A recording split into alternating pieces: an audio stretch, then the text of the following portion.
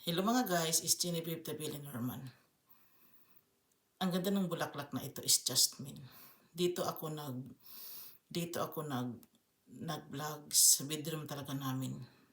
Wala namang problema sa asawa ko, nagwapo na yun kung ako mag-sharing dahil wala daw siya. Ayaw niya magpakita. Nilagyan ko siya ng lights dahil so kabasag. Dito lang ako sa kanya kasi it looks romantic at saka elegant yung dating. Hindi ko na nga maintindihan kung ano na lang yung pinagagawa ko. Basta biglang sumalta sa isip ko, ito. That's them. Hindi naman ako nagsisisi if I'm come back to them. Dahil I am the part of them. Mystery, kababalaghan, ano-ano na lang talaga.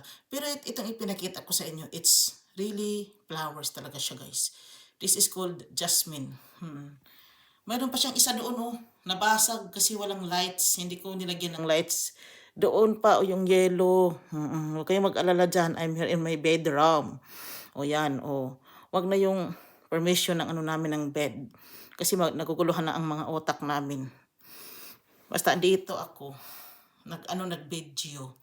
Kasi kung ano-ano na lang talaga kasi napunta sa isip ko. Nahala guys. Dito na lang ako. Maraming salamat. Bye.